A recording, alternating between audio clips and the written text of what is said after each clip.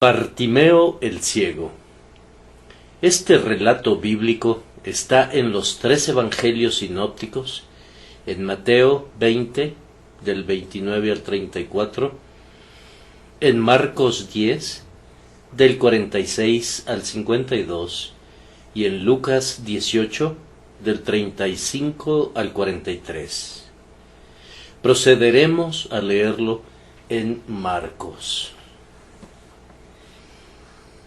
Entonces vinieron a Jericó, y al salir de Jericó él y sus discípulos y una gran multitud, Bartimeo el ciego, hijo de Timeo, estaba sentado junto al camino mendigando, y oyendo que era Jesús Nazareno, comenzó a dar voces y a decir: Jesús, hijo de David, ten misericordia de mí. Y muchos le reprendían para que callase, pero él clamaba mucho más: Hijo de David, ten misericordia de mí. Entonces Jesús, deteniéndose, mandó llamarle, y llamaron al ciego diciéndole: Ten confianza, levántate, te llama. Él entonces, arrojando su capa, se levantó y vino a Jesús. Respondiendo Jesús le dijo: ¿Qué quieres que te haga? Y el ciego le dijo: Maestro, que recobre la vista. Y Jesús le dijo: Vete, tu fe te ha salvado. Y enseguida recobró la vista y seguía a Jesús en el camino. Cuando los israelitas entraron en la tierra de Canaán, Dios les dijo que destruyeran la ciudad de Jericó. Ellos lo llevaron a cabo, caminando alrededor de la ciudad una vez al día durante 6 días. Luego, en el 7º día, circundaron, rodearon la ciudad 7 veces, y los sacerdotes hicieron sonar sus trompetas en la 7ª vuelta, y los muros de la ciudad se desplomaron ante sus ojos. Josué 6, 15 al 26. Esa fue la forma en que Dios arrasó a la ciudad de Jericó. La ciudad fue sitiada ceremonialmente. Los sacerdotes tocaron las bocinas o trompetas para indicar el ataque, y el pueblo gritó para iniciar la toma de la ciudad.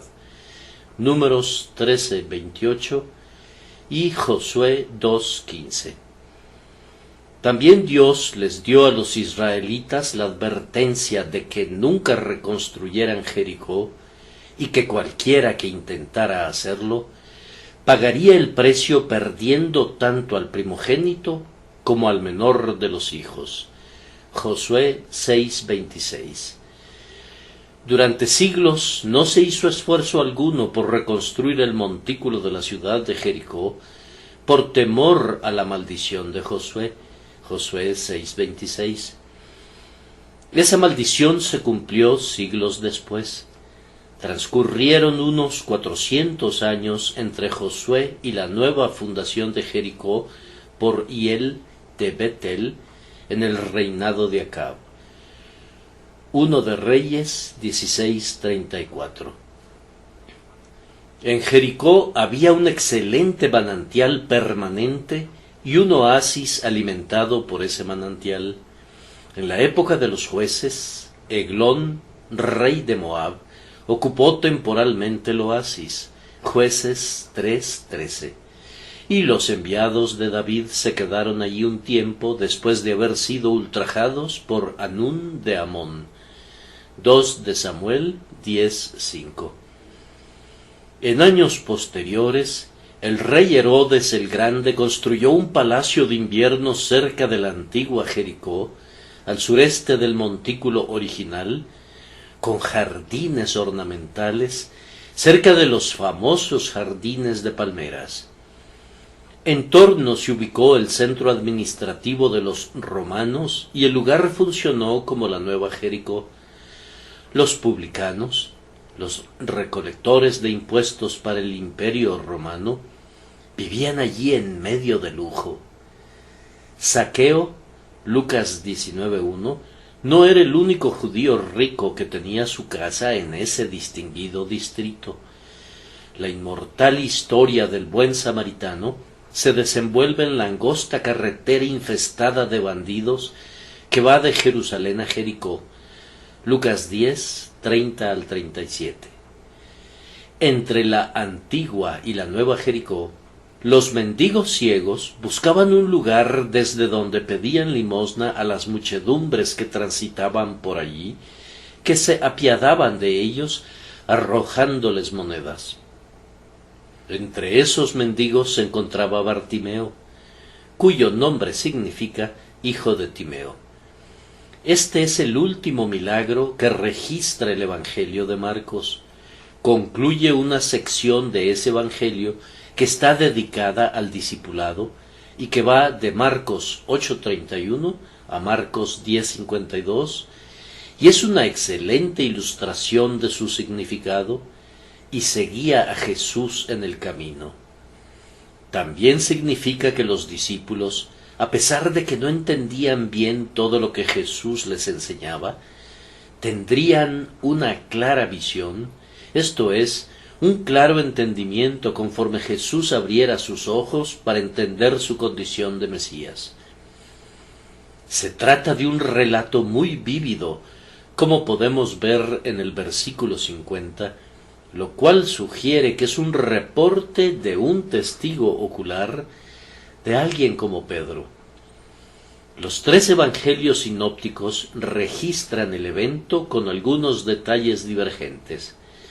Mateo menciona a dos hombres ciegos, Mateo 20:30, y Lucas coloca el incidente cuando Jesús se acercaba a Jericó en vez de cuando salía, Lucas 18:35. Probablemente dos ciegos estaban involucrados en todo eso, pero Marcos y Lucas se enfocaron en uno, en el más vocal de los dos, o en el más conocido. También recordemos que había dos ciudades de Jericó, la vieja y la nueva, y el milagro ocurrió cuando salían de la una y entraban en la otra. Mateo 20:29, Marcos 10:46. Es decir, salían de la vieja Jericó israelita y entraban a la nueva Jericó herodiana. Entre la vieja y la nueva Jericó había 1 milla de distancia, o sea, casi 2 kilómetros. Estaban a 18 millas de Jerusalén, es decir, casi a 30 kilómetros. La Biblia nos habla de una gran multitud. Probablemente se trataba de peregrinos que se dirigían a Jerusalén para la celebración de la Pascua. Salmo 42:4 y Marcos 14:1-2, que salían de Jericó, presumiblemente de la vieja ciudad. Este mendigo, Bartimeo, era víctima de dos grandes males, la ceguera y la pobreza. Es algo extremadamente triste ser ciego, pero si un ciego posee muchas riquezas, tiene a su disposición 10,000 consuelos que pueden atenuar la oscuridad de sus ojos y aliviar la tristeza de su corazón. Pero ser a la vez ciego y pobre es una combinación de los más severos males. El caso de Bartimeo es un cuadro de todos nosotros. Todos nosotros somos por naturaleza ciegos y pobres. Es cierto que el ser humano se considera capaz de ver, pero eso es sólo uno de los aspectos o fases de su ceguera. Nuestra ceguera es de tal naturaleza que nos hace pensar que nuestra visión es perfecta, pero cuando somos iluminados por el Espíritu Santo, descubrimos que nuestra visión previa era verdaderamente ceguera. Espiritualmente somos ciegos. Somos incapaces de discernir nuestra condición perdida. Somos incapaces de contemplar la negrura del pecado o los terrores de la ira venidera. La mente no regenerada es tan ciega que no percibe la belleza sumamente atractiva de Cristo, no percibe que Cristo es todo él codiciable. El sol de justicia puede levantarse con poder de sanidad bajo sus alas, pero todo eso es en vano para los que no pueden ver su brillo. Cristo puede hacer muchas obras poderosas en su presencia, pero no reconocen su gloria. Todos somos ciegos hasta que Él abre nuestros ojos. Pero además de ser ciegos, también somos pobres por naturaleza. Nuestro padre Adán dilapidó, gastó nuestra primogenitura y perdió nuestras propiedades. Se perdió el paraíso y la humanidad quedó en un estado de mendicidad, sin nada con lo que pudiera comprar pan para sus almas hambrientas, ni vestido que pudiera cubrir sus desnudos espíritus. Ceguera y pobreza son la porción de todos los seres humanos en el mundo espiritual, hasta que Jesús los visita en amor. Entonces es importante que nos veamos allí. Bartimeo sale de la Biblia y podemos comenzar a ver a los Bartimeos en todas partes, sentados mendigando a la vera del camino. La fe de este pobre ciego, descrito en este pasaje de la Escritura, es un cuadro apropiado de la fe que se debe ejercitar para la salvación de las almas. Vamos a considerar el origen de su fe. En segundo lugar, vamos a escuchar su fe cuando grita y mendiga. En tercer lugar, vamos a mirar a su fe cuando da saltos, cuando brinca con gozosa obediencia al llamado divino. Y luego vamos a oír su fe describiendo su caso. Maestro, que recobre la vista. Primero, entonces, vamos a notar el origen de la fe de este pobre ciego. Bartimeo tenía fe, pues fue su fe la que obtuvo la vista para él. Ahora, la pregunta es, ¿dónde obtuvo su fe? En este pasaje no se nos informa cómo llegó a creer Bartimeo que Jesús era el Mesías, pero nos vamos a permitir arriesgar una conjetura. Sabemos con certeza que Bartimeo no llegó a creer en Cristo por lo que hubiera visto. Jesús había obrado muchos milagros. Muchos ojos habían visto y muchos corazones habían creído por lo que habían visto. Como Bartimeo era ciego, no podía tener fe por haber visto. Los ciegos no viajan. Los ciegos se quedan en casa o cerca de casa. Entonces, ¿cómo obtuvo su fe? Una conjetura pudiera ser que estando sentado pidiendo limosna, oía hablar a los que pasaban por allí de Jesús de Nazaret, y como los ciegos son muy inquisitivos, él les pediría que le contaran alguna historia de lo que Jesús había hecho. Le contaban cómo resucitaba a los muertos, cómo curaba a los leprosos. Y Bartimeo se preguntaría si Jesús podría dar vista a ciegos como él. Y así preguntaba y preguntaba. Hasta que un día alguien pasó y le contó que Jesús le había dado la vista a un ciego de nacimiento. Esa, sin duda, era una de las historias de mayor impacto que circulaban en Palestina, puesto que nunca nadie que hubiere sido ciego de nacimiento había recibido la vista. Incluso hoy es algo que no se puede hacer. Entonces Bartimeo preguntaba y preguntaba sobre ese caso en particular a cualquiera que lo hubiera presenciado o que tuviera más información al respecto. Los ciegos no tienen muchas distracciones, así que se quedaría rumiando ese milagro hasta llegar a imaginar que un día sus ojos serían también abiertos.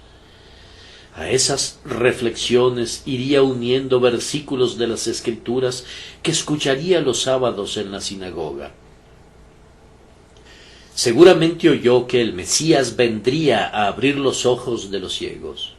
y seguramente había oído lo que se dice en Mateo 3:23, muy al principio del ministerio de Jesús, que sanaba toda enfermedad y toda dolencia en el pueblo, y le seguía gente de muchas partes que difundían por todas partes las noticias. Y teniendo más capacidad de ver internamente por la carencia de los ojos físicos, llegó a la conclusión de que quien pudo abrir los ojos del ciego de nacimiento tenía que ser el Mesías. Durante largos meses su pensamiento era: Jesús de Nazaret abrió los ojos del ciego de nacimiento. También es muy probable que la historia que solicitaba que le repitieran una y otra vez incluyera el relato final del milagro según está narrado en Juan 9, 35 al 41. Jesús preguntó: ¿crees tú en el Hijo de Dios? Y el ciego, después que le fueron abiertos los ojos y los oídos espirituales, respondió: creo, Señor, y le adoró.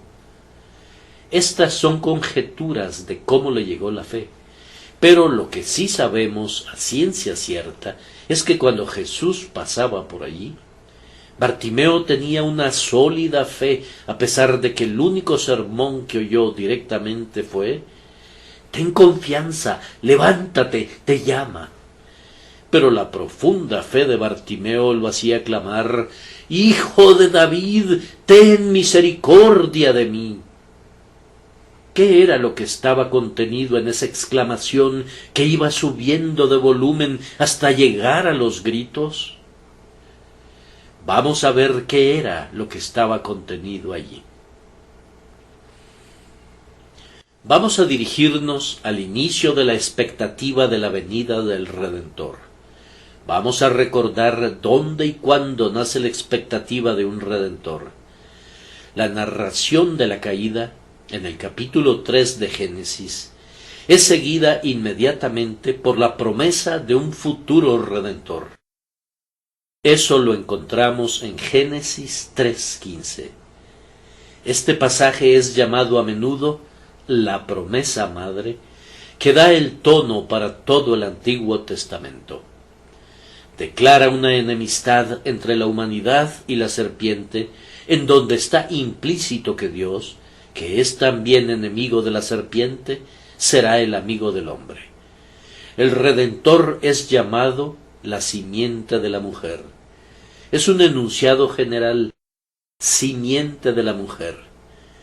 Esa designación va cobrando una forma específica cuando se convierte en la simiente de Abraham en Génesis 22:18, y se va repitiendo y se va haciendo más y más específica en Génesis 26:4, simiente de Isaac, y Génesis 28:14, simiente de Jacob. Posteriormente, en Génesis 49:10, se especifica que el Redentor será un descendiente de la tribu de Judá. Más tarde aprendemos que el Redentor que ha de venir será un descendiente de David, 2 Samuel 7, 12 y 13. En los gritos de Bartimeo: Jesús, Hijo de David, ten misericordia de mí, podemos sustituir los conceptos que están detrás de ambos nombres y decir que Bartimeo le estaba gritando: Salvador de los pecados del pueblo, Redentor de los hombres, ten misericordia de mí.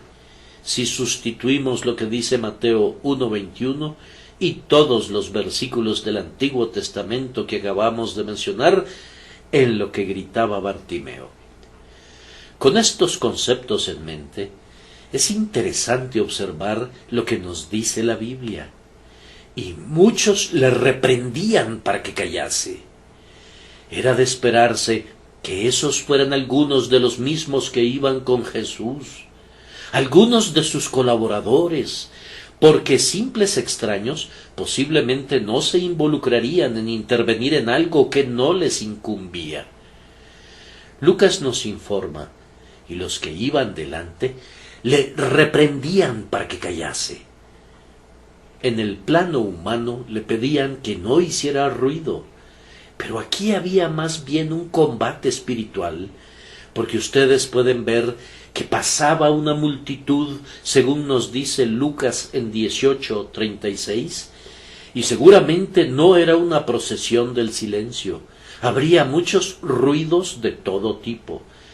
Pero los gritos de Bartimeo eran una proclamación de una profunda verdad espiritual, y el enemigo no estaría nada contento con esa abierta proclamación de la verdad. Por eso se encargó de que le reprendieran para que callase. Como se trataba de una verdadera guerra espiritual, Jesús interviene, deteniéndose y mandando que lo trajeran a su presencia. Al respecto de esto, es interesante hacer aquí un paréntesis para comentar lo siguiente. En la mayoría de los casos que nos presenta el Evangelio, la persona afectada, el interesado, es el que suplica su caso personalmente ante Jesús.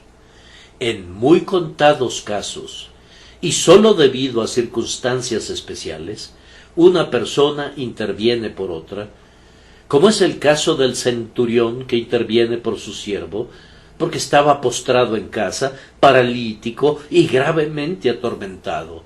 Mateo 8, del 5 al 13. Normalmente la petición la hace directamente el interesado a Jesús. Lo mismo es aplicable a la Virgen María. El único milagro en que ella interviene es el de las bodas de Caná, y la petición de ella es: no tienen vino. Como ven, sólo se refiere a cosas materiales, al vino, y luego da una indicación a terceros diciendo: haced todo lo que os dijere, frase que habla de la fe de ella. Nunca la vemos intercediendo por enfermedades o por necesidades personales o por la salvación de alguien. Si el vino se hubiera acabado, ¿qué tragedia hubiese ocurrido? Realmente ninguna. La fiesta habría acabado más temprano. Ahora, este pasaje de la Biblia nos invita a oír el grito de la fe. El pobre ciego que está sentado allí a la vera del camino es informado que se trata de Jesús de Nazaret. Sin un instante de pausa o de duda, él se pone en alerta y comienza a gritar: Jesús, hijo de David, ten misericordia de mí. Probablemente Jesús estuviera en medio de un discurso y sus oyentes no querían que fuera interrumpido. Guarda silencio, ciego, cállate. No puede atenderte a ti, un ciego insignificante. ¿Pero qué nos dice el relato? Pero él clamaba mucho más. Nos parece oír a Pedro, el impulsivo, que le dice: no interrumpas al maestro, ¿por qué haces tanto ruido? Quítenlo de la pasada, llévenselo, está interrumpiendo el servicio. Y tal vez trataran de quitarlo de donde estaba. Pero Bartimeo se volvía más vehemente. Los gritos de Bartimeo eran como los gritos de alguien que se está comenzando a ahogar. Eran alaridos. Toda la vida del hombre, toda su fuerza, todos sus músculos y sus nervios estaban condensados en los gritos que iban subiendo de tono. Podemos ver una representación en vivo, en forma dramática, de la lucha de Jacob con el varón, que se nos informa que duró toda la noche. Luchó con él un varón hasta que rayaba el alba. Génesis 32, 24. Aquí tenemos un cuadro del poder de la fe. Cada palabra era como una mano que se aferraba del Salvador para no dejarlo ir. En cada caso, la fe del pecador tiene que ejercitarse clamando. La puerta del cielo ha de ser abierta sólo de una manera, por el uso denodado de la aldaba o del timbre de la oración. Tus ojos no pueden ser abiertos mientras tu boca no se abra. El pecador tiene que abrir la boca y entonces Cristo le abrirá los ojos para que vea. Bartimeo nos da un estándar, una norma de lo que debe ser una oración pidiendo la salvación. Hagámonos la pregunta: ¿son oraciones las que escuchamos en torno nuestro, en las iglesias, en las reuniones de oración, las que elevamos en nuestro aposento alto? La verdadera oración es la que oímos gritar al ciego Bartimeo. La oración que encuentra su camino hasta Dios es la lava ardiente del alma que tiene un horno encendido en su interior, un verdadero volcán de dolor y aflicción. Uno de los mensajes que podemos aprender el día de hoy es que ninguna oración que no salga de lo más profundo, de lo más íntimo de nuestros corazones, llegará jamás a Dios. Reflexionemos que tal vez 9 de cada 10 oraciones que escuchamos en los servicios públicos contienen tan poco celo que si obtuvieran una bendición, sería en verdad un milagro de milagros. Además de una oración denodada, la oración tiene que ser perseverante. Hay que acudir a Cristo y agonizar y luchar con Él. Hay que pedirle que tenga misericordia de nosotros y si no nos oye, hay que seguir acudiendo a Él. Hay que ir a Él una y otra y otra y otra y otra vez. 7 veces al día hay que clamar a Él. Y tenemos que adoptar en nuestros corazones la resolución de que no vamos a dejar de orar hasta que el Espíritu Santo nos haya revelado en el alma que los pecados han sido perdonados. Una vez que el Espíritu Santo pone en su corazón esa resolución, yo he de ser salvo. Si perezco, iré de todas maneras al trono de misericordia y pereceré allí. Ese hombre es un hombre salvo. Ese hombre verá el rostro de Dios con gozo. Lo peor del ser humano es que ora con un denuedo espasmódico y luego deja de hacerlo. Comienza otra vez y luego el fervor desaparece y abandona las oraciones. El hombre no debe orar como en asaltos desesperados, sino en un asedio continuo. El reino de los cielos sufre violencia y los violentos lo arrebatan por la fuerza. Es obstaculizado por muchos y por muchos de autoridad dentro del grupo. Pero él no cesa de orar. Entonces, si la carne, si el diablo y nuestros propios corazones nos piden que dejemos de orar, de suplicar, no debemos hacerles caso, sino que hemos de gritar más alto: Jesús, Hijo de David, ten misericordia de mí. Notemos que Bartimeo buscó al Señor en medio de grandes desalientos.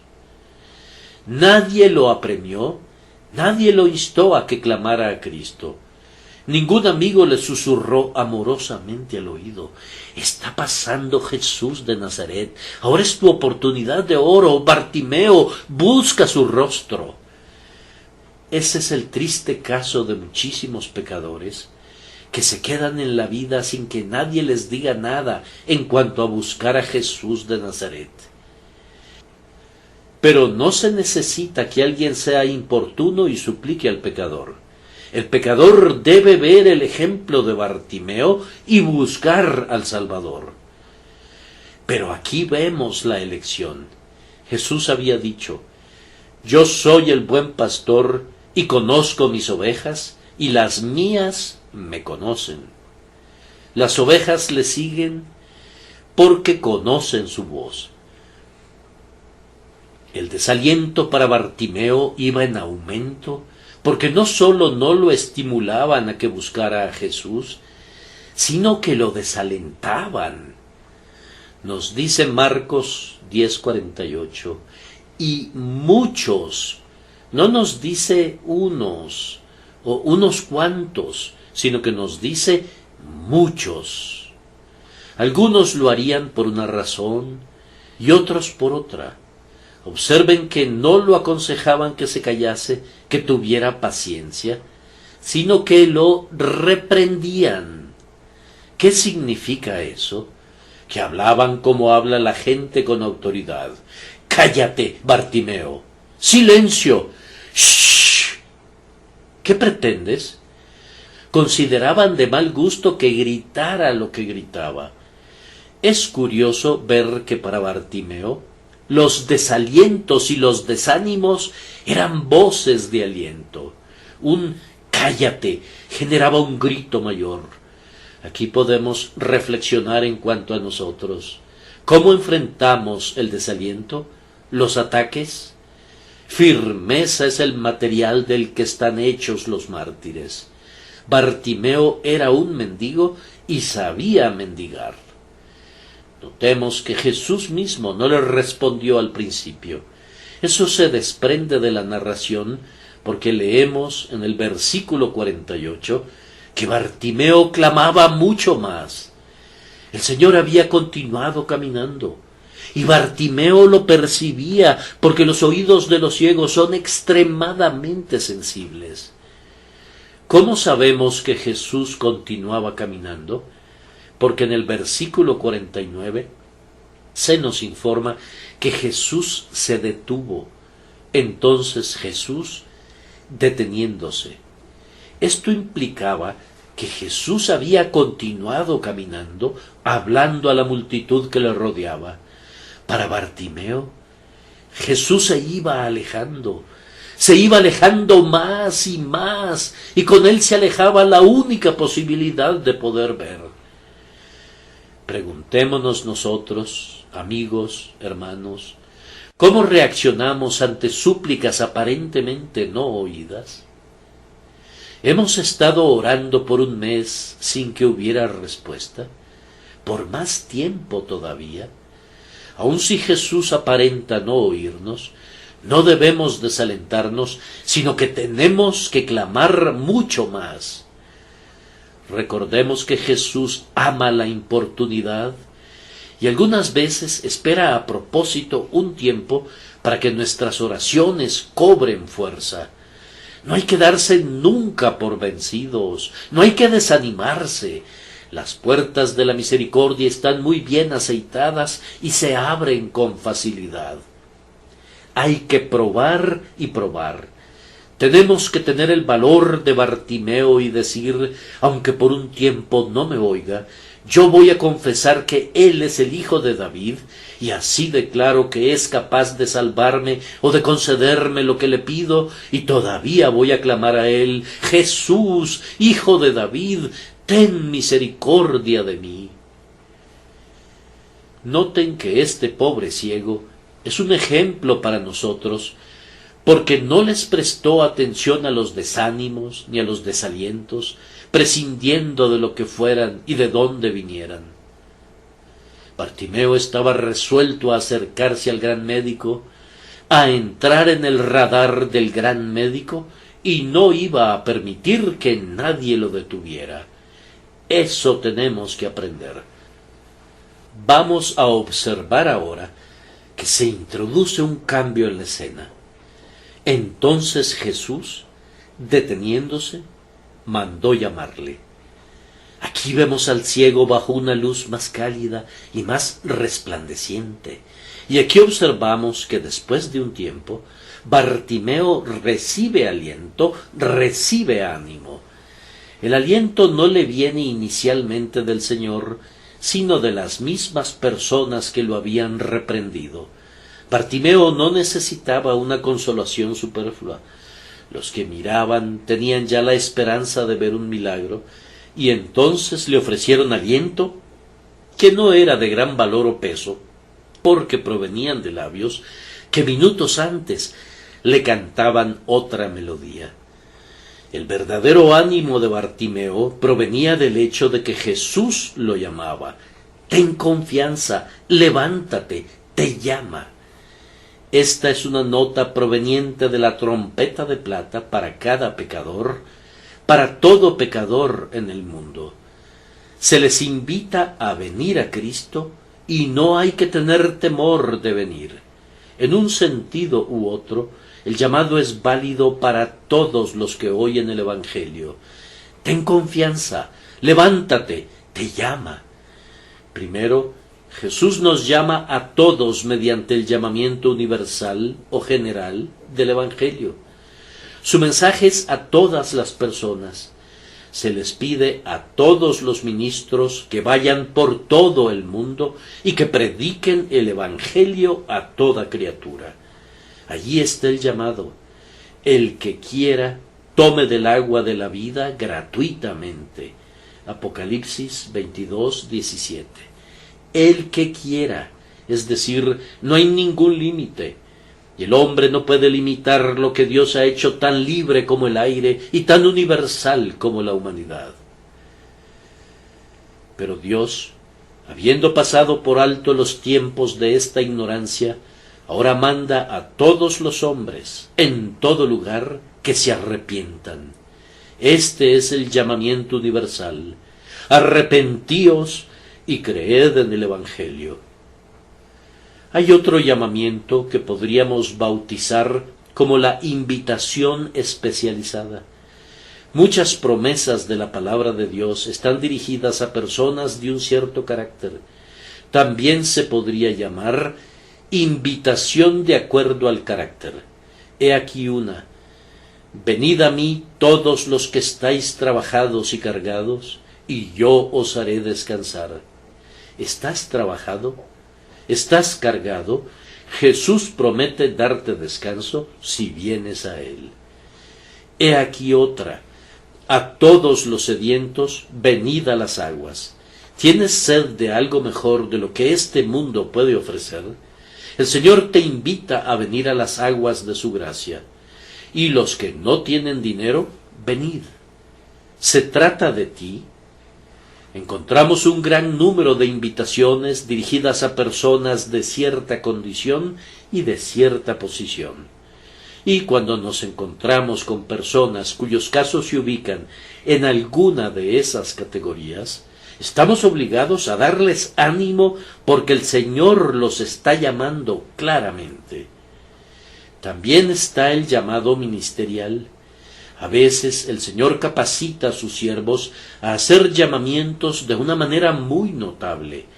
Describen el caso de algún pecador tan notablemente que el oyente dice: alguien tiene que haberle hablado al predicador acerca de mí.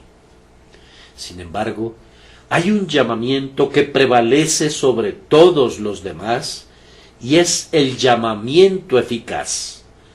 Cuando se siente internamente una secreta atracción hacia Cristo, cuando la persona no entiende, pero no puede resistir, cuando se experimenta una blandura de espíritu y de corazón para con el Señor, cuando el alma se enciende con una esperanza que antes no conocía, y el corazón comienza a suspirar y a cantar al mismo tiempo por amor a Dios, cuando el Espíritu Santo lleva a Cristo cerca de la persona y a la persona cerca de Cristo, entonces se puede aplicar este mensaje a esa persona. Ten confianza, levántate, te llama. Aquí hagamos una pausa para observar cuán ávidamente obedeció el llamado. Tan pronto habló el Señor, tan pronto se detuvo y mandó llamarle. Bartimeo acude de inmediato. No se necesitó presionarlo. Pedro no necesita jalarlo de un brazo, ni Juan del otro brazo. No, salta y se alegra de venir. Me llama y he de quedarme esperando. Bartimeo ya está frente a Jesús. Con una condescendencia amorosa, Jesús lo toma de la mano y para probarlo, y para que la multitud viera que Bartimeo sabía lo que quería, lo que necesitaba, Jesús le pregunta: ¿qué quieres que te haga? Y Bartimeo le contesta: Maestro, que recobre la vista. Entonces Bartimeo, en su lengua nativa, le dice: Rabboni, que significa: mi gran maestro. Luego le pide que recobre la vista. Es una confesión muy sencilla, no hay una palabra de más, ni habría podido expresar su petición con una palabra de menos. No hay ningún titubeo, ningún tartamudeo. No le dice, Señor, estoy anonadado, no sé qué decir. Tan pronto como expresa su petición, Bartimeo recibe el don de la vista. ¿Cómo debe de haber saltado y gritado en aquel momento? ¿Cómo se debe de haber gozado su espíritu? No vio a los hombres como árboles que caminan, no recibió un rayito de luz, sino que la plena luz del día penetró por sus ojos. Algunas personas no creen en la conversión instantánea y, sin embargo, las conversiones instantáneas son un hecho, son una realidad. Es cierto que hay muchas conversiones que son graduales, pero la regeneración, al menos en la parte que equivale a resucitar, ha de ser instantánea, y la justificación es otorgada al hombre tan velozmente como un rayo. Estamos llenos de pecado, y un instante después, los pecados son perdonados, y los pecados pasados, presentes y futuros son arrojados a los cuatro vientos en menos de lo que un reloj marca un segundo. El ciego Bartimeo vio inmediatamente. Y ahora, ¿qué se imaginan que haría el ciego tan pronto como sus ojos fueron abiertos? Si hubiera tenido familiares, que probablemente los tendría, ¿no se apresuraría a ir volando a su casa?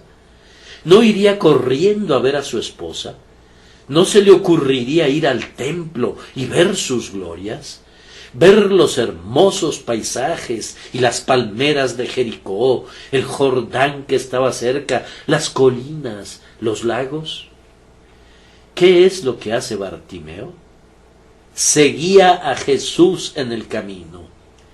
Qué hermoso cuadro es este de un verdadero convertido. En el instante en que sus pecados son perdonados, lo único que quiere hacer es servir a Cristo. Le pica la lengua por contar la misericordia de que ha sido objeto. Piensa que ahora puede predicar. Si lo pusieran en algún púlpito, y aunque hubiere 10,000 personas delante de él, no se avergonzaría de decir: me hizo sacar del pozo de la desesperación, del lodo cenagoso, puso mis pies sobre peña y enderezó mis pasos. Puso luego en mi boca cántico nuevo, alabanza a nuestro Dios. Todo lo que le pide ahora el Señor es: Maestro, te seguiré a donde quiera que vayas. No quiero perder tu compañía nunca. Que mi comunión contigo sea eterna, que aumente mi amor por ti, que mi servicio sea continuo y que en esta vida camine con Jesús y en el mundo venidero. Todo lo que pido es vivir con Él. Imaginen la reacción de la multitud. Se preguntarían: ¿quién es ese hombre que va con un rostro tan feliz? Vean, viste la ropa de un mendigo. ¿Quién es ese hombre? Es Bartimeo, el que era ciego, que se sentaba a la vera del camino para pedir limosna.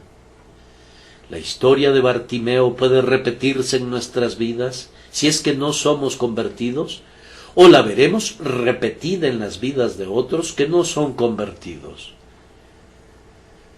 Mencionamos hace unos instantes la palabra regeneración. Vamos a aclarar un poco el concepto. El reconocido escritor C.S. Lewis, en un libro muy solicitado todavía, titulado Mere Christianity, mero cristianismo, toma prestado del griego dos palabras para distinguir entre dos tipos de vida: bios y zoe.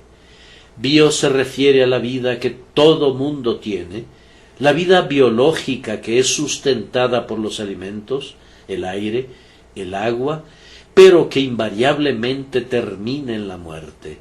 Zoe, por otra parte, es la vida espiritual el tipo de vida que Dios da cuando nacemos de nuevo, una vida que dura para siempre. Lewis nos informa que estos dos tipos de vida no solamente son diferentes, sino que son antagonistas, se oponen la una a la otra. Bios está centrada en el yo, mientras que Zoé está centrada en Dios y en el prójimo, en los demás. La regeneración es el mismísimo principio del proceso de la salvación.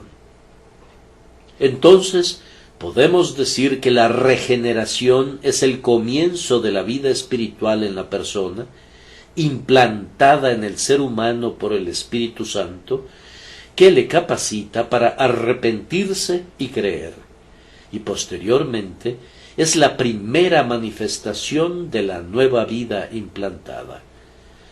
También podemos definir la regeneración de esta manera. Es un cambio radical de la muerte espiritual a la vida espiritual.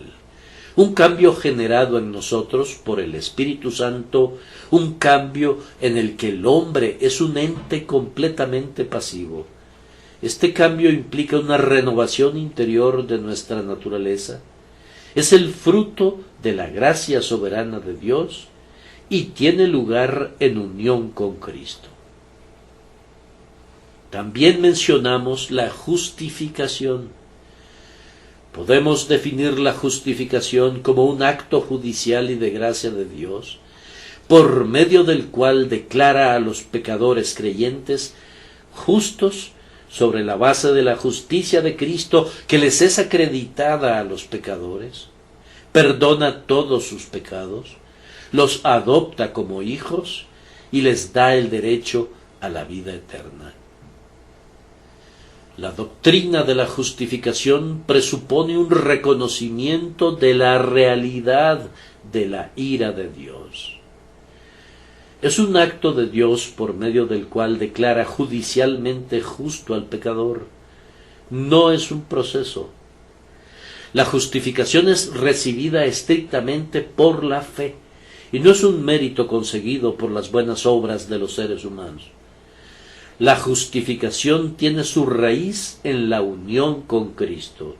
Es debido a que somos uno con Cristo que su justicia puede sernos acreditada. La justificación está basada en la obra sustitutiva de Cristo.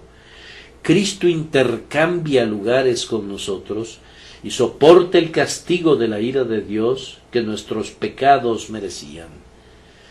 La justificación implica la imputación de la justicia de Cristo a nosotros.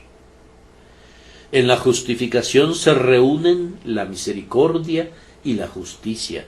Es totalmente inmerecida. La justificación tiene tanto un aspecto negativo como un aspecto positivo. En el aspecto negativo significa el perdón de nuestros pecados. En el lado positivo incluye nuestra adopción como hijos de Dios y la recepción del derecho a la vida eterna. La justificación tiene implicaciones escatológicas. Significa que el veredicto que Dios pronunciará para nosotros en el día del juicio ha sido traído al presente. Por tanto, no necesitamos temer el día del juicio.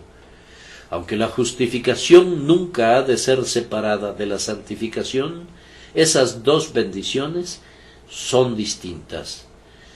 Para recibir la justificación es necesario arrepentirse de nuestros pecados, reconocer tanto nuestra condición perdida como que no tenemos ninguna opción de salida de esa condición, excepto confiar en Jesucristo y en su obra salvadora. Por tanto, permítanme concluir este estudio describiéndoles el plan de salvación. La gente perece por ignorancia de este plan o porque, conociéndolo, no lo abrazan, no lo aceptan, lo rechazan. Este es el plan. Por el pecado, por la injusticia, por la violación de la ley de Dios, hemos roto nuestra paz con Dios. Estamos perdidos y debemos ser castigados. No es posible que Dios sea el gobernante justo del universo, pero que permita que el pecado quede sin castigo. Castigar el pecado no es un propósito arbitrario de un Dios airado. Es inevitable en el universo que donde hay un mal, haya sufrimiento, si no en esta vida, sí en la otra, que en breve seguirá a la vida que ahora tenemos. Cada transgresión ha de recibir su apropiada recompensa. La pregunta es, ¿cómo podemos ser perdonados? ¿Cómo, en consistencia con la justicia divina, pueden ser borradas nuestras iniquidades? Este no es un problema abstruso que nos queda a nosotros para que lo resolvamos. El camino de Dios para la paz nos es presentado claramente por la revelación. Dios, en su infalible palabra, nos ha indicado los medios y los instrumentos por los cuales los pecadores culpables pueden ser hechos justos ante Él, y en vez de ser echados fuera de su presencia al final, seamos aceptados y moremos a su diestra. Él nos dice que en tanto que el primer pecado que nos arruinó no era nuestro, sino de Adán, y que por la transgresión de un hombre todos caímos, así le fue posible, en consistencia con la justicia, ordenar que otro hombre se presentara en quien el hombre se podía levantar y ser restaurado. Ese otro hombre ha venido, el segundo Adán, el Señor del cielo. Pero la tarea de levantar al hombre es muchísimo más difícil que la de hacerlo caer. Un simple hombre pudo arruinarnos, pero un simple hombre no podría redimirnos y rescatarnos. Por tanto, Dios mismo, el siempre bendito, vestido él mismo con la naturaleza del hombre, nacido de mujer, estuvo en el pesebre de Belén, vivió aquí en la tierra una vida de abnegación y de humillación, y al final tomó sobre sí mismo los pecados de los hombres en una vasta cantidad. Tal como se decía del Atlas de la fábula que sostenía al mundo sobre sus hombros, Jesús tomó el pecado y la culpa sobre sí y lo llevó sobre su propio cuerpo en el madero.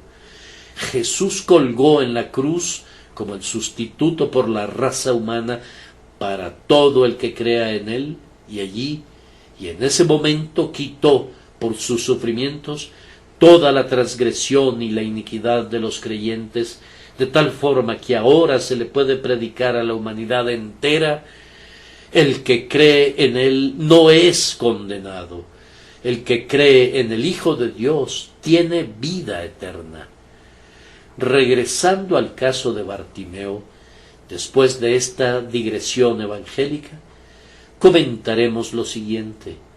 Bartimeo gritaba: «Jesús, Hijo de David, ten misericordia de mí».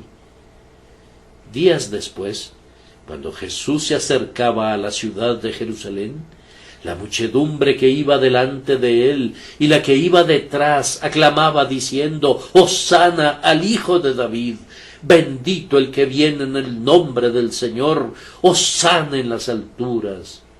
Y cuando entró en el área del templo, los niños gritaban: «Hosana al Hijo de David».